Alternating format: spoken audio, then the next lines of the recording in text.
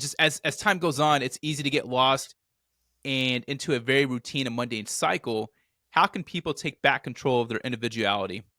That is a brilliant question, and that is probably the golden question. I think, to be honest with you, Martin, and it's something that I'm passionate about. It's one of the reasons I do what I do.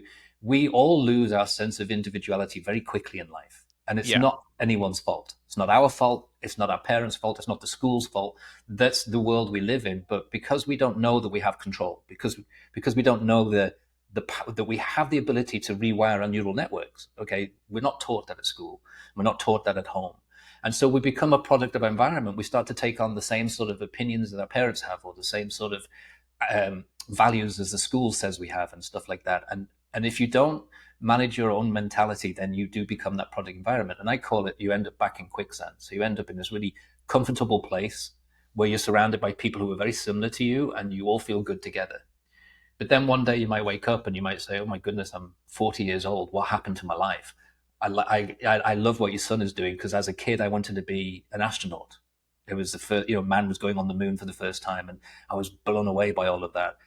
And you very quickly lose all sight of that, to the extent that when I was at school, the careers counselor that we had, she looked me up and down and assessed me and looked at my background. And so she said, "I think your best opportunity here is an apprentice manager in a chicken packing factory." That's how she saw me. That's what my life was going to be like. And I actually said to her, "No, I'm not doing that. I'm going to be an officer in the Royal Navy." And she laughed. She laughed out loud at me, because that's impossible for somebody from my background, right? But through the biographies, I learned that this is what everybody else had faced: the laughter of everyone around you, the lack of, and it wasn't always out of maliciousness. It wasn't because they didn't like you. Oftentimes, it's because they loved you and didn't want you to make a fool of yourself. Okay, they want to protect you. Oh no, Yeah. tone it down a bit. Tone it down a bit. Be an accountant. What do you mean you want to be an actress on stage? No one makes money as an actor. Be an accountant. So we're surrounded by that. So what you have to do is you have to then realize that's happening. Realize that that's affecting your thoughts, and that your thoughts are energy, and they go out to the universe. Energy can only be converted. It can't be destroyed or created. And so it comes back as more of the same thing. So if you think, if you have a sense of lack, if you think of debt, you're going to get more debt. If you think, I can't do it, you're not going to be able to do it. You're going to get more, you get stuck. And so once you know that, and you start to react to the thoughts that you're having, and you think in a different way, and you start to imagine success, no one needs to know you're doing it. But I have a technique called a mini mind movie, where you imagine what your life is like in this magical place that you can get to. When you start to do that, it has a tremendous effect on the outcomes in your life. And you start to get out of the quicksand. And then everybody around you looks at you and says, "Hang on, who do you think you are? Come back, get back in the quicksand. Who do you think you are, putting your head above the crowd and everything?" And so it takes a little bit of work and a lot of discipline, but eventually you get away from that. And the elastic band of people pulling you back, that snaps, and you're off and running. Like the chap I just mentioned before, Yeah. all of his family said, "What do you mean you're giving up your corporate job?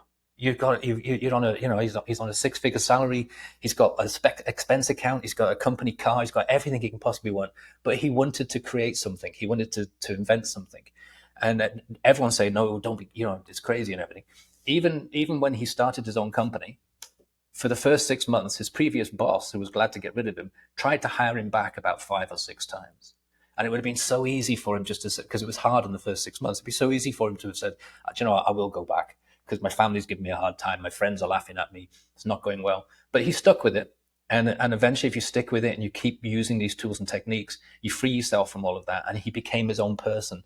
And he said to me in an email, he feels he's been reborn.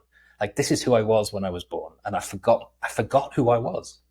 And I'm back. I was born to be creative, and I'm being creative as an entrepreneur. And so, I call it, getting back your individuality.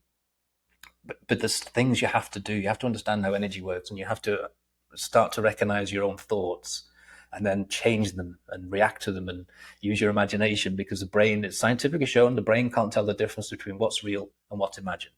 So if you keep imagining something you want, you over a period of time, you stop living the life you don't want, and those things you want start to appear in your life. It's a magical process. It's beautiful. But so I think you hit the nail on the head, talking about losing sense of identity really through life. I appreciate it. And thanks for the feedback on that question.